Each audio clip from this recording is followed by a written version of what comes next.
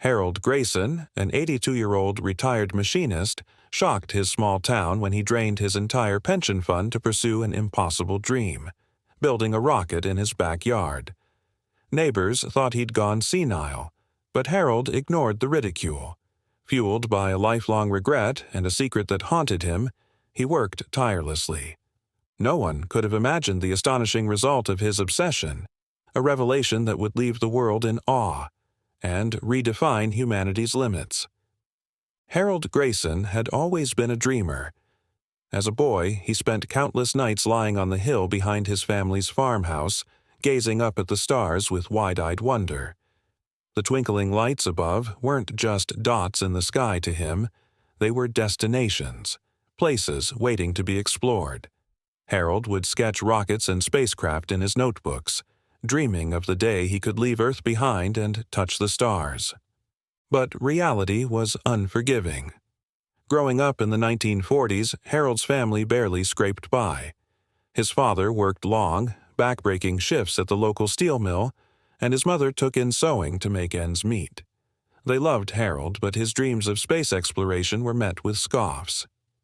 "The stars don't pay the bills," his father would say, patting him on the shoulder. Harold nodded, but his heart ached. He wanted more than the small-town life that stretched out before him. By the time he turned 18, Harold's dreams had to be set aside. His father's health declined, and Harold took up work as a machinist to support his family. While the rest of the world was gripped by the excitement of the space race, Harold was stuck on the ground, his aspirations buried under the weight of responsibility. He told himself it was just for now, that he'd eventually find his way back to the stars.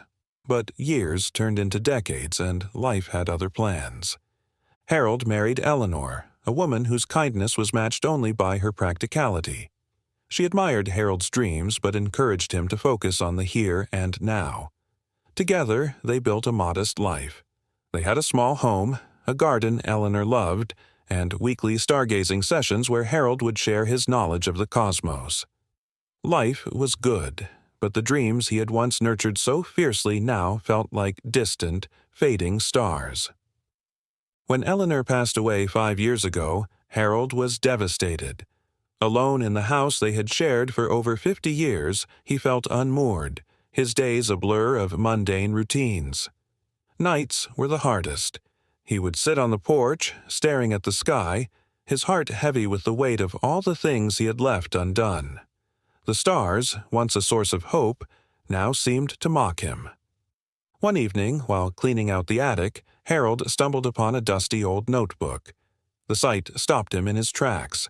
It was filled with the rocket designs he had drawn as a young man. The pages were yellowed, the ink faded, but the dreams they represented burned bright once more. As Harold flipped through the sketches, an idea began to take shape. A wild, impossible idea. What if he could still build a rocket? At first, the notion seemed absurd. Harold was 82, with no formal training in aerospace engineering and a pension that barely covered his expenses. But the more he thought about it, the more it consumed him. He had spent a lifetime doing what was expected of him, sacrificing his dreams for others. Now, with nothing left to lose, he decided it was time to put himself first. Harold began his project in secret. He sold his car, his tools, and even some of Eleanor's cherished antiques to fund the endeavor. His backyard quickly became a makeshift workshop, cluttered with scrap metal, PVC pipes, and propane tanks. When his neighbors noticed the strange activity, rumors spread like wildfire. "Rocket, Grandpa," they called him, laughing at the old man's folly. But Harold didn't care. For the first time in years, he felt alive. Each morning, he woke with a renewed sense of purpose. He spent hours poring over library books, watching online tutorials, and scribbling calculations on the back of envelopes. The work was grueling, and his body protested, but Harold pushed through the pain. One day, while scavenging for parts at a junkyard, Harold met Logan, a 17-year-old boy with a knack for fixing things. Logan had a reputation as a misfit, more comfortable with machines than people. Intrigued by Harold's project, Logan offered to help. At first, Harold was reluctant. This was his dream, and he wasn't sure he wanted to share it. But Logan's enthusiasm was infectious, and Harold soon realized the boy's technical expertise could be invaluable. Together, they made an unlikely team. Harold's vision and Logan's skill brought the rocket to life piece by piece. The work was far from smooth. An early engine test ended in disaster, with flames engulfing the prototype. Harold's hands were blistered, his savings nearly depleted, and doubt began to creep in. But Logan wouldn't let him quit. "We've come this far," the boy said. "We can't give up now." Word of their efforts spread, and slowly the neighborhood's skepticism turned to curiosity and even support. Neighbors who had once mocked Harold began stopping by with tools, materials, and words of encouragement. Some brought food, others lent a helping hand. Harold's dream had become a community project, inspiring those around him. Months later, the rocket stood tall in Harold's backyard. It was a patchwork of metal and ingenuity, a testament to the power of determination. As Harold gazed up at it, he felt a surge of pride and hope. For the first time in decades, his dream was within reach. The stars, once so far away, now felt closer than ever. The hum of activity in Harold's backyard grew louder as weeks turned into months. What began as an eccentric old man's pipe dream was slowly evolving into something extraordinary. Starlight, as Harold and Logan now affectionately called the rocket, stood tall amid the clutter of tools, parts, and blueprints. The once skeptical murmurs of neighbors softened into curiosity. While many still doubted Harold's endeavor, few could ignore his sheer determination. Every piece of metal welded and every calculation scribbled brought his dream closer to life. The first major challenge was money. Harold's pension fund, already meager, was nearly gone. He had sold Eleanor's jewelry, a cherished antique clock, and even his machinist tools. Each sale stung, not just financially but emotionally. The items were fragments of his life, reminders of a love and history now gone. But Harold reminded himself, the stars are worth it, and trudged forward, clinging to the dream that had fueled him for so long. Despite the financial strain, Harold refused to cut corners. He pored over books on rocketry, scribbled notes, and spent hours perfecting calculations. Logan, his young partner, was in awe of Harold's commitment. "You're more precise than any engineer I know," Logan said one evening as Harold rechecked propulsion designs. Harold smiled faintly, pride flickering in his heart. The boy's admiration reminded him that this project wasn't just about the stars. It was about proving dreams had no expiration date. Their days were long and grueling. Harold rose with the dawn, brewed coffee, and got straight to work. Logan arrived soon after, his backpack brimming with tools, spare parts, and infectious enthusiasm. They worked tirelessly through the sweltering heat of summer and the icy winds of autumn.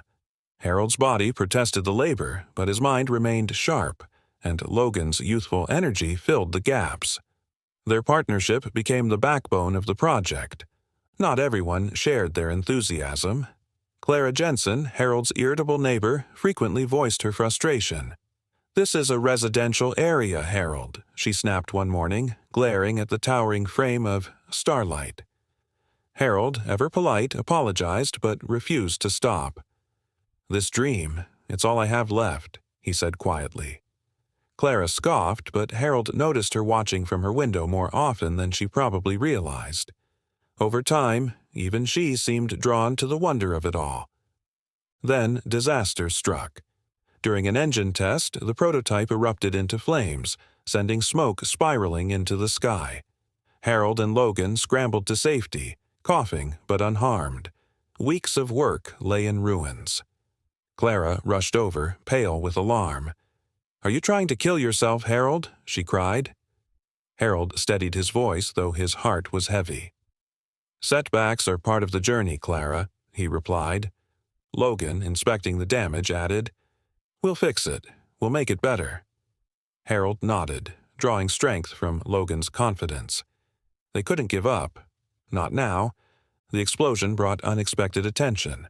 A local journalist covered the story of the 82-year-old rocket man, and the piece went viral. Soon, strangers arrived at Harold's yard, offering tools, advice, and encouragement. A retired engineer reviewed their designs, a welder volunteered his services, and even Clara softened, bringing sandwiches and lemonade. "You're still crazy," she muttered, "but I admire your guts." Managing the influx of help was both a blessing and a challenge. Harold, who had always worked alone or with Logan, now found himself leading a growing group of volunteers. The chaos threatened to overwhelm him at times, but Logan's words stuck with him. "This is your dream, Harold," the boy said. "People are here because of you. Lead them." Taking the advice to heart, Harold gathered the group one morning. "This rocket isn't just a machine," he began, his voice steady and filled with conviction. "It's proof that no matter your age, it's never too late to chase your dreams." His words struck a chord, and the team redoubled their efforts, inspired by the man who refused to give up. By winter, Starlight stood nearly complete. Its sleek frame gleamed under pale sunlight, a testament to months of effort, sacrifice, and resilience. Harold often found himself staring at it, pride and disbelief mingling in his heart. "We're really doing this," he whispered to Logan one afternoon. Challenges remained: structural tests, funding gaps, and the ultimate question of whether Starlight could truly fly. But Harold was undeterred. Standing in the shadow of the rocket, Harold realized it was more than just a machine. It symbolized resilience and the boundless potential of human ambition. As snow began to fall, Harold looked up at the gray sky, his breath visible in the cold air.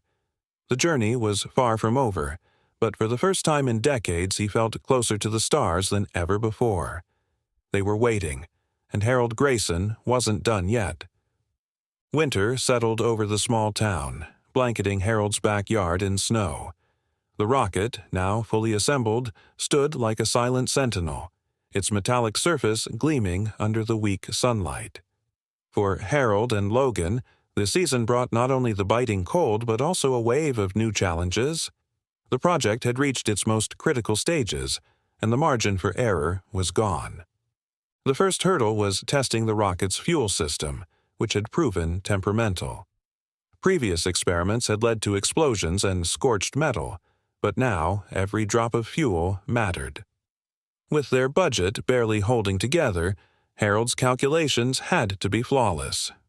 Logan joked, "You're more careful with this fuel than most people are with their cars." Despite the cold, the pair worked tirelessly, layering themselves in thick coats and gloves. Harold's hands, steady for years as a machinist, now trembled slightly in the winter air. Logan noticed and took on more physical tasks, his youthful energy contrasting with Harold's measured pace. Their bond had grown into something resembling a father-son relationship, though neither openly acknowledged it. One afternoon, as they prepared to test the pressurization system, Clara Jensen appeared, clutching a thermos and a tray of cookies. Harold raised an eyebrow. "This is unexpected," he said. Clara shrugged. "It's cold, and you two look like you could use a break," she muttered. Logan eagerly accepted the tray, while Harold gave Clara a look of genuine gratitude. "Thank you. This means a lot," he said, surprising even himself. The pressurization test began with bated breaths. Harold monitored the pressure levels as they climbed steadily.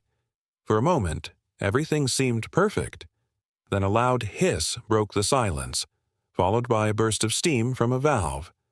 Harold shouted for Logan to shut the system down. "The valve isn't holding," Logan said, frustration evident. Harold sat on a bench, exhaling into the frosty air. "We'll replace it," he said calmly, though the setback was a blow. Clara, still standing nearby, spoke up. "I know someone who works with industrial equipment. Maybe he can help you get a better valve." Harold hesitated, but desperation outweighed pride. "That would be wonderful. Thank you." As word of Harold's progress spread, offers of help poured in. A retired aerospace technician drove hours to lend his expertise. "I've worked with rockets my whole life," the man said, shaking Harold's hand. "But I've never seen anyone take this on at your age." His contributions proved invaluable as the team worked to finalize the rocket's guidance system. Logan was especially excited about the guidance system. "This is the brain," he explained one evening. "Without it, we're just launching a tin can." Harold and Logan spent late nights poring over diagrams and code, their collaboration blending Logan's technical savvy with Harold's practical experience. The system, though cobbled together, worked with surprising precision. Despite the progress, doubts crept into Harold's mind. The enormity of their task weighed heavily on him, and the fear of failure loomed. One night, unable to sleep, Harold sat in his living room, staring at an old photo of Eleanor. "Am I crazy for trying this?" he whispered to the empty room.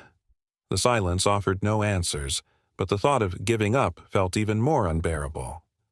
Logan, perceptive as ever, noticed Harold's growing anxiety.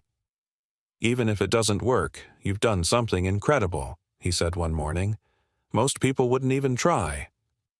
Harold nodded, though the reassurance didn't fully quiet the doubts. Still, Logan's optimism was infectious, and Harold forced himself to push forward. The final preparations brought the community together. What had begun as Harold's solitary dream had become a shared vision, a symbol of hope for a town that had grown stagnant. Neighbors who once mocked the project now offered food, supplies, and even their time, joining Harold and Logan in the freezing backyard to assist with the finishing touches. As the new year approached, the rocket stood ready for its ignition test. Harold gathered the small team that had formed around him. "This is it," he said, his voice steady despite the emotions swirling inside him. "No matter what happens, I want you all to know how grateful I am." The ignition test was set for a clear morning, the snow glistening under the bright sun. Harold and Logan made their final checks, each step deliberate and precise. As the countdown began, Harold's heart pounded in his chest. 3, 2, 1. The engine roared to life, a deep, thunderous sound that echoed through the town. Harold felt a surge of triumph until the engine sputtered and died, leaving an eerie silence. Logan sighed, his breath visible in the cold air. "It's a start," he said, masking his disappointment. Harold placed a hand on Logan's shoulder. "It's more than a start," he said firmly. "It's proof that we're closer than ever." As the team began assessing the issue, Harold looked up at the rocket, determination etched into his weathered face. The stars were still waiting, and Harold Grayson wouldn't stop until he reached them. The failure of the ignition test hung in the air like a stubborn winter chill, but Harold refused to let it extinguish the fire that had carried him this far. The sputtering engine had been a setback, but it also proved they were close. Harold and Logan spent the next morning poring over blueprints, dissecting every detail of the test. "The fuel delivery was uneven," Harold said, adjusting his glasses. "We need to refine the timing." Logan nodded, jotting down notes. "So, what do we need to fix it?" The answer, as always, was parts and money. Harold's funds were depleted, but the growing community support kept hope alive. A mechanic named Ray, one of the many volunteers who had joined Harold's cause, offered parts from his shop. "You're doing something amazing, Harold. Let me help." Harold hesitated but accepted, grateful for the generosity that had become a lifeline. The new parts arrived quickly, and Harold and Logan worked tirelessly to install and test the modified fuel system. Despite the freezing temperatures, they pushed forward, their determination unshaken. Clara, now fully embracing her role as team caretaker, arrived daily with hot soup and sandwiches. "You'll freeze to death out here," she scolded, though her tone betrayed a hint of pride. Harold, who had once dismissed Clara's earlier criticisms, now looked at her with gratitude.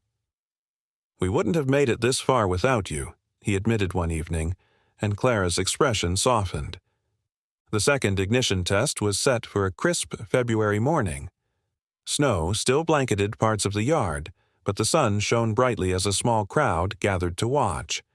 Harold's heart pounded as he stepped back from the rocket. "Are we ready?" he asked. Logan gave a thumbs up. "As ready as we'll ever be." The countdown began. 3, 2, 1. Flames roared from the base of the rocket as the engine came to life, its deep, thunderous sound echoing through the air. The crowd erupted in cheers, and Harold felt a wave of emotion, relief, pride, and a renewed sense of hope. They had done it. The engine worked.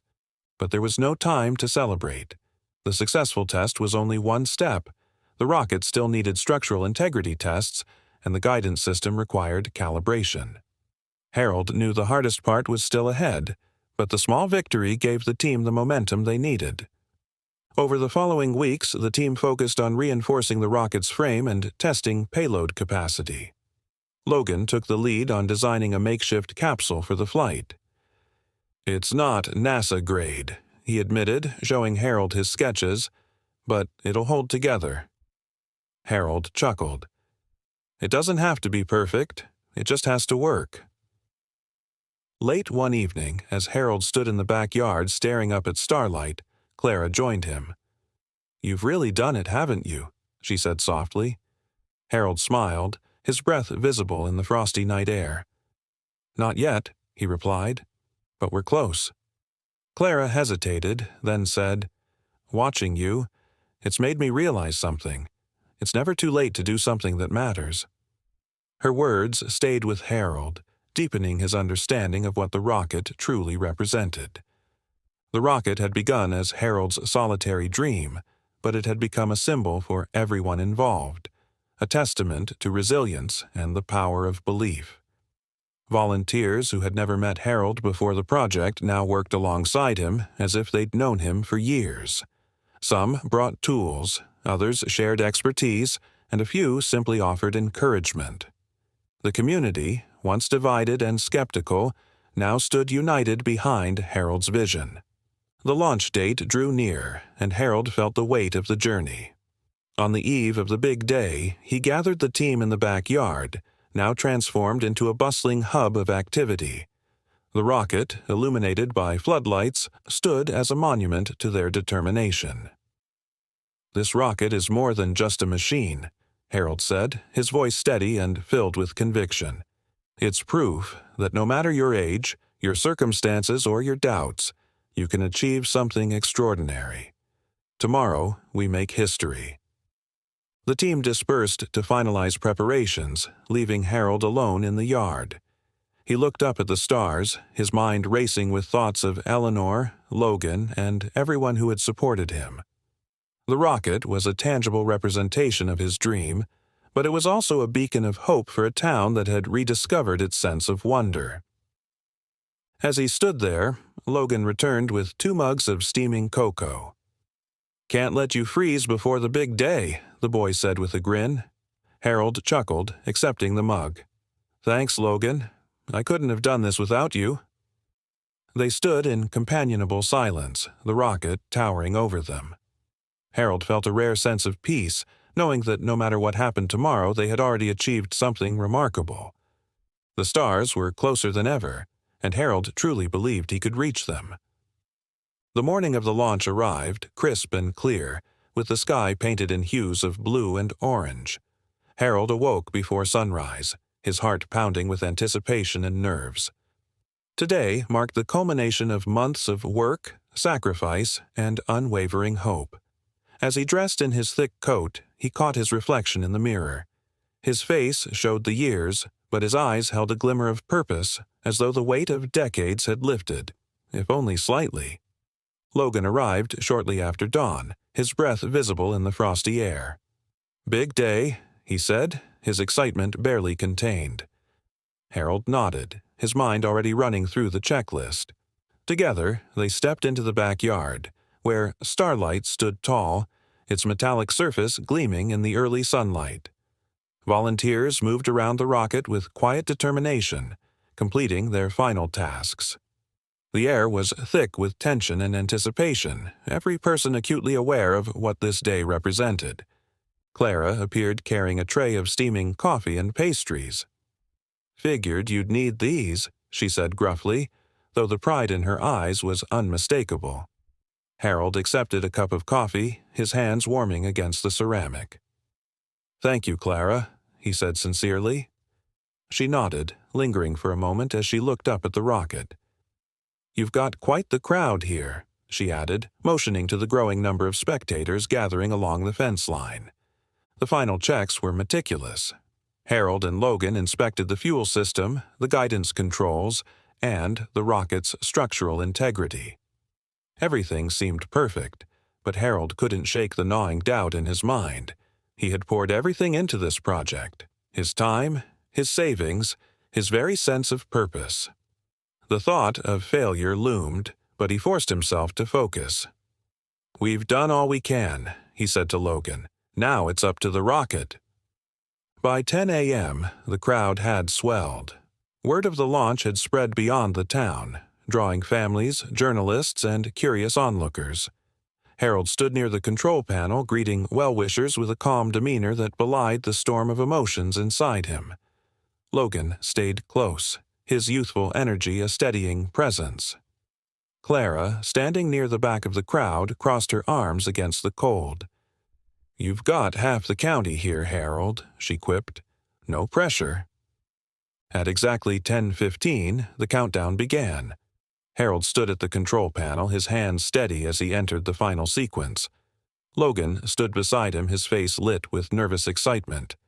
10, 9, 8. The crowd joined in, their voices growing louder with each number. Harold's heart pounded. 3, 2, 1. The ignition system roared to life and flames erupted from the rocket's base. Starlight began to lift off the ground, its metallic frame shimmering in the sunlight. The crowd erupted in cheers, their excitement nearly drowning out the engine's roar. Harold felt a wave of relief and pride wash over him. It was working. But the moment of triumph was fleeting.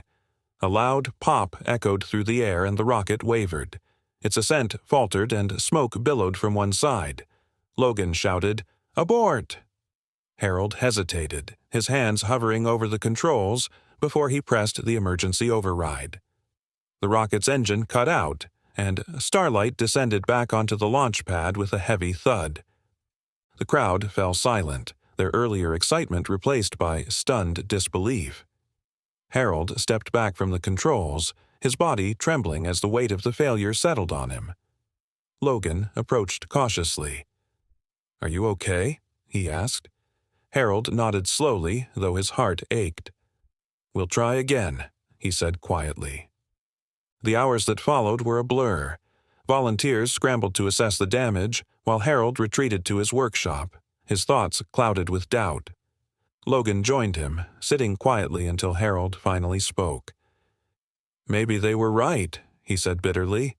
"Maybe this was foolish." Logan shook his head firmly. "It's not foolish. You've done more than anyone thought possible. One setback doesn't erase that." Clara arrived later with tea and her usual stern expression. "You're not giving up, are you?" she asked, her tone almost challenging. Harold looked up, surprised by the force in her voice. "I don't know," he admitted. Clara huffed. "Good, because if you were, I'd knock some sense into you." Her bluntness broke through Harold's despair, and for the first time that day, he smiled. By evening, the team had identified the issue, a minor valve failure in the engine. It was fixable, though it would take time. Harold called everyone together, his voice stronger now. "We're not done," he said firmly. "This isn't the end. It's just another step." As the crowd dispersed, Harold lingered in the backyard, staring up at the stars. The rocket, though grounded, stood as a testament to everything they had accomplished. The stars glittered above, as distant and untouchable as ever, but Harold felt a renewed determination. He had come too far to stop now. The rocket would fly. He would make sure of it. The journey wasn't over, but Harold knew one thing for certain. The stars were still waiting. The day of the second launch attempt arrived with a quiet sense of determination. The winter chill had given way to early spring, and the air carried a crisp freshness. Harold stood in the backyard, gazing up at starlight. The rocket, now repaired and refined, gleamed under the clear morning sky. Every component had been checked, rechecked, and triple-checked. Today, there could be no room for error.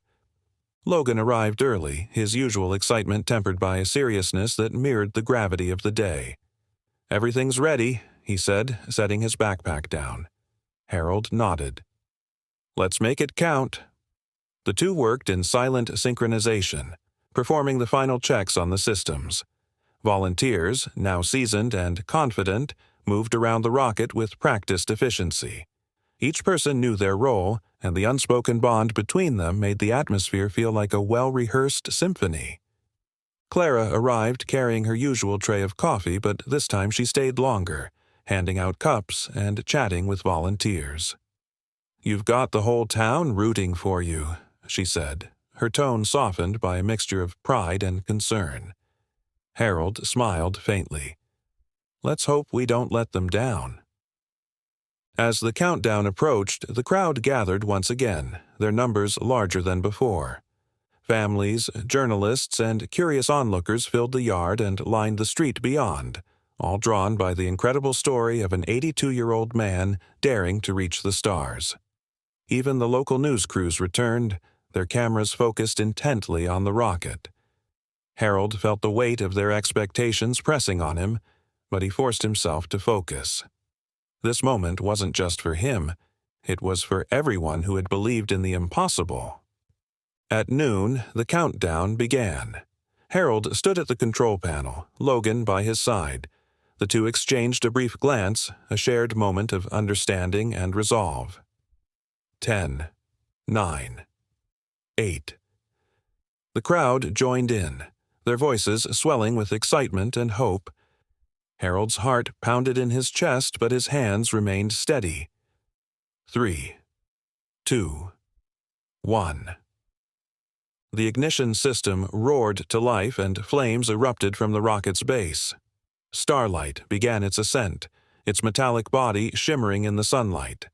The crowd erupted into cheers, their voices blending with the roar of the engine.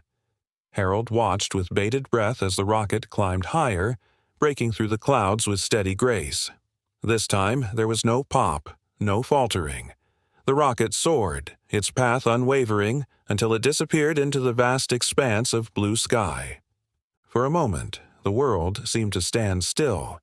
Then the crowd burst into a standing ovation, their cheers and applause a testament to the extraordinary feat they had just witnessed. Logan turned to Harold, his face lit with awe. "We did it," he whispered. Harold nodded, tears streaming down his face. "We did." The successful launch sent ripples far beyond the town. News outlets across the country covered Harold's story, hailing him as a symbol of resilience and the boundless potential of human ambition. Universities invited him to speak, scientists reached out to collaborate, and aerospace companies expressed interest in his methods. Harold, however, remained humble. "This wasn't just my achievement," he told a reporter. "It belonged to everyone who believed in something bigger than themselves." Back home, Harold found himself reflecting on the journey. The rocket had been more than a machine. It had been a bridge, connecting him to his past, his community, and a dream he had almost let slip away. He stood in his living room, gazing at a photograph of Eleanor on the mantel. "We did it," he whispered. "I hope you'd be proud." That evening, Logan arrived with a notebook filled with sketches and calculations. "I've been thinking," he began, his eyes shining with excitement. "What if we designed something even better? A rocket that could make it to orbit?" Harold raised an eyebrow, a smile tugging at his lips. "You're not giving me much of a break, are you?" Logan grinned. "Dreams don't wait." The two spent the evening poring over plans, their laughter and chatter filling the house. The community, inspired by Harold's success, began to dream bigger too. Children built model rockets, Neighbors shared their own aspirations, and even Clara encouraged others to reach for the impossible. "If Harold can do it," she said, "so can we." One summer evening, Harold and Logan stood in the backyard, now quieter without the constant buzz of activity. The stars twinkled above, closer than they had ever felt. Logan pointed to a faint glimmer in the sky. "I think that's it," he said. Harold peered through binoculars, his heart swelling as he recognized the streak of light. It was starlight, still soaring, a testament to everything they had achieved. For Harold, it was a moment of peace. The stars had waited for him, and he had answered their call. The journey wasn't over, it never truly was. But for now, it was enough to know that the impossible was always within reach.